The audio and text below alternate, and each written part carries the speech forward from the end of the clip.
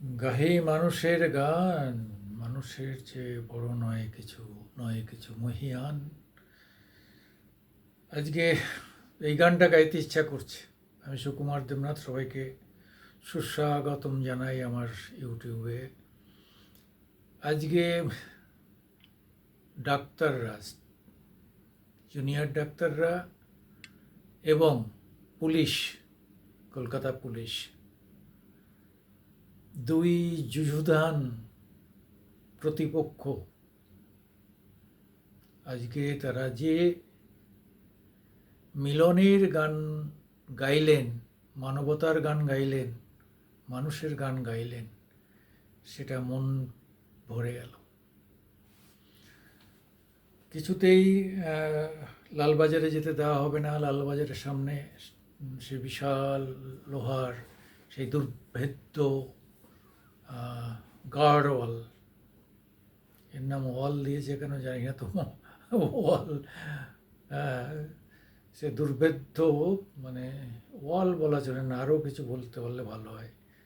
যেভাবে দেখলাম হাওড়া ব্রিজ, সেই আমাদের ঐতিহাসিক নন ক্যান্টিলিভার হাওড়া ব্রিজ, তার উপর ওরকম লোহার ভয়ঙ্কর গ্রিলের যে পাঁচিল তুলে দেওয়া হয়েছিল, ওয়াল, তা এই দুই ওয়াল দেখে তো চক্ষু চড়ক গাছ। মানে বলতেই পারি শাসক অত্যন্ত ভীত সন্ত্রস্ত থাকে, এটা স্বাভাবিক। যে কোনো শাসক সে শান্তির অশান্তি রুখতে যে কোনো ব্যবস্থা নিতে পারে, এটা তার দায়। কিন্তু আমরা এত বছর দেখে এসেছি সামান্য এই যে ওয়ালগুলো দিয়ে টিয়ে কোনো মতে টেনে টুনে এই করে রাখত। কিন্তু আজকে তাতে তার উপর আর ভরসা নেই। হ্যাঁ, তার এবং পুলিশ মার খাচ্ছে, এটাও তো একটা ঠিক, যে এইসব ধস্তাধস্তি করতে গিয়ে পুলিশ মার খাচ্ছে, বাধ্য হতে হচ্ছে যে বিকল্প অবস্থা নিচ্ছে। যখনই সামনাসামনি হচ্ছে পুলিশের উপর আক্রমণ হচ্ছে, এটাও তো অস্বীকার করা যায় না। আমরা দেখেছি ওই এক পুলিশের চোখে কীভাবে ভয়ঙ্করভাবে আহত হয়েছিলেন, এক চোখ তার প্রায় অন্ধ হয়ে যাওয়ার মতো অবস্থা। যদিও ভালো খবর যে আস্তে আস্তে তিনি দেখতে পাচ্ছেন অপারেশন টান করার ফলে। সরকার পুরো শক্তি তার পিছনে দাঁড় করিয়ে দিয়েছে। যাই হোক, কিন্তু আমার সত্যিই ভালো লাগলো যে আজকে এটা খবরটা আমার কাগজেও লিখলাম, অনেকেই এই খবরটাকে বিভিন্ন অ্যাঙ্গেলে পাঠিয়েছে। তাতে বুঝে গেলাম যে পরিস্থিতি দেখে আমাদের সাংবাদিকরাও খুব উৎসাহিত, উদ্বেলিত, আনন্দিত। তাদের লেখার মধ্য দিয়ে তার আত্মপ্রকাশ ঘটেছে। যাই হোক, আমারও ভালো লেগেছে যে এই সোজবোজ যদি আমাদের পুলিশের সর্বস্ত্র থাকে, তাহলে আমাদের অশান্তির অর্ধেক বিনাশ হয়ে যেতে পারে, অর্ধেক অশান্তি বন্ধ হয়ে যেতে পারে। কিন্তু পুলিশের এই সুজবুজ তো সব জায়গায় পাওয়া যায় না। সামান্য সামান্য বলছে এই অর্থে যে তারা পুরোপুরি সরকারি না হয়েও এই যে কি সব পুলিশ বলে, সবুজ পুলিশ নাকি ভিলেজ পুলিশ, তাদের বহু ধরনের নাম শোনা যায়। তারা যে ব্যবহার করে, তারা নিজেদের কেউ কেটা ভাবে, তা দেখলেই অবাক হয়ে যেতে হয়।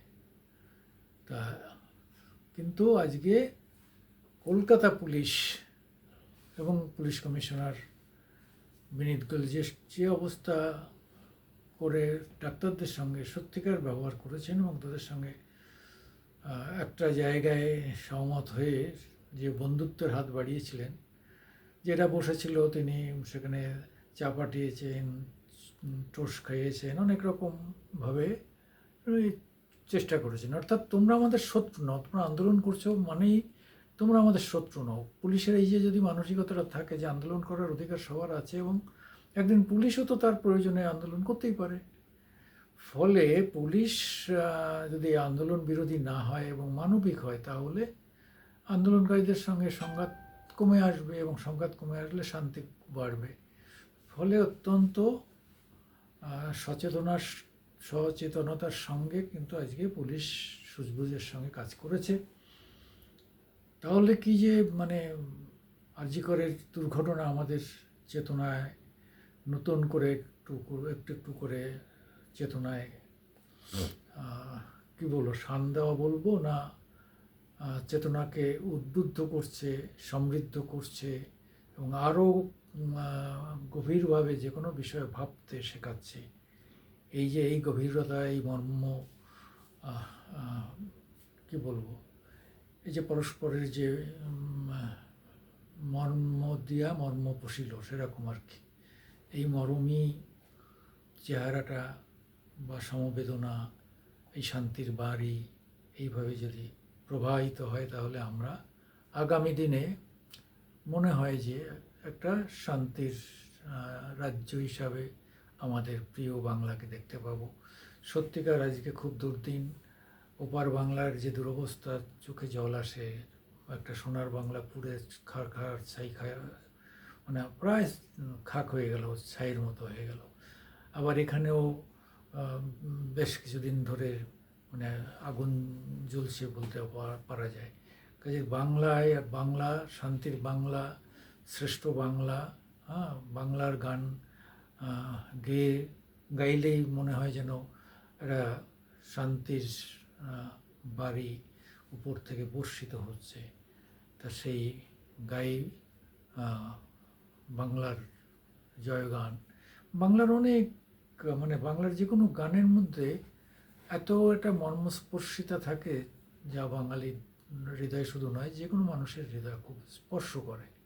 তা সেই বাংলাকে আমরা আবার ফিরে পেতে চাই। আবার সবাই মিলে আমরা হাতে হাত ধরে, হ্যাঁ, বিরোধিতা করব, বিরোধীরা বিরোধিতা করবে, শাসক তার পথে চলবে, কিন্তু এই ভেবে নয় যে বিরোধীদের সব গলা টিপে মেরে দেবো, ধরে জেলে ঢুকিয়ে দেবো, তাদের কেসে ফাঁসাবো ইত্যাদি ইত্যাদি না করে যদি আমরা সেই স্বাভাবিক আন্দোলনের প্রতি সম্মান জানিয়ে তাদের সঙ্গে সমব্যবহার করি, তাহলে মনে হয় আস্তে আস্তে আস্তে আস্তে বাংলা শান্তির রাজ্যে পরিণত হবে এবং আবার শান্তি ফিরে আসবে।